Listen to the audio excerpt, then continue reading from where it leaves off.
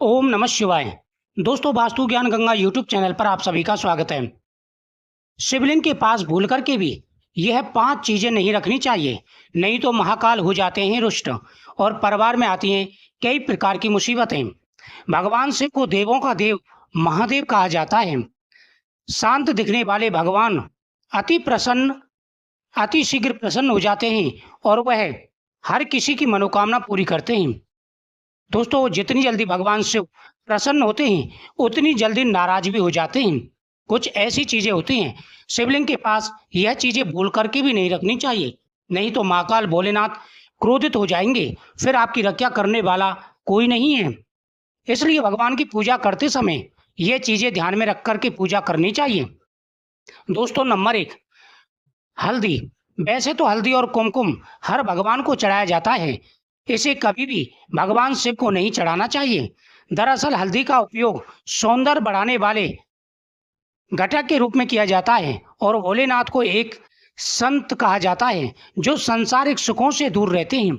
इसलिए भूल करके भी भगवान शिव को हल्दी नहीं चढ़ानी चाहिए और ना ही शिवलिंग के पास हल्दी रखनी चाहिए। सिंदूर। सिंदूर माता पार्वती को चढ़ाया जाता है। माता पार्वती और भगवान गणेश को सिंदूर बेहद ही प्रिय है, लेकिन भगवान शिव पर चढ़ाने की मनाही है। कारण यह है कि भगवान शिव बैरागी हैं और बैरागी लोग अपने माथे पर सिंदूर नहीं लगाते, वह भस्मी लगाते हैं। इसलिए सभी को भगवान शिव को भस्मी अर्पण करनी चाहिए। सिंदूर भूल करके भी भगवान शिव को नहीं चढ़ाना चाहिए। नंबर 3, टूटे हुए चावल। दोस्तों, चावल शिवलिंग पर चढ़ाने से सौभाग्य की प्राप्ति होती है, धन बढ़ता है, सुख और समृद्धि बढ़ती है। लेकिन चावल चढ़ाते समय विशेष रूप से ध्यान रखना है कि टूटे हुए चावल कभी भी भगवान को नहीं चढ़ाने चाहिए। चाहे आप चावल का एक दाना ही भगवान शिव को समर्पित कर दें, लेकिन चावल का साबुत दाना, अखा दाना ही आपको भगवान शिव को समर्पित करना है। शास्त्रों के अनुसार भगवान शिव को अक्षत यानी साबुत चावल अर्पित किए जाते हैं, मगर टूटे हुए चावल को अधूरा माना जाता है, अशुद्ध माना जाता है। इसलिए शिवलिंग पर टूटे हुए चावल चढ़ाने से धन की हानि हो जाती है। नारियल पानी। वैसे तो भगवान शिव को नारियल चढ़ा सकते हैं, लेकिन नारियल पानी से उनकी पूजा नहीं की जाती। दरअसल भगवान को अर्पित की जाने वाली हर चीज को निर्मल माना जाता है और इसका सेवन करने से मना किया जाता है, मगर देवताओं को चढ़ाए जाने के बाद नारियल पर का सेवन करना अनिवार्य है, इसलिए इसे कभी भी शिवलिंग पर नहीं चढ़ाया जाता। शंख का जल। भगवान शिव ने शंखचूड़ नामक राक्षस का वध किया था।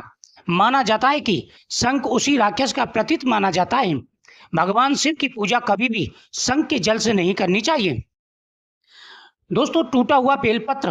वैसे तो भगवान शिव को बेलपत्र बेहद ही प्रिय है और बेलपत्र से ही महाकाल भोलेनाथ की पूजा की जाती है, लेकिन भूल करके भी आपको बेलपत्र टूटा हुआ नहीं चढ़ाना चाहिए।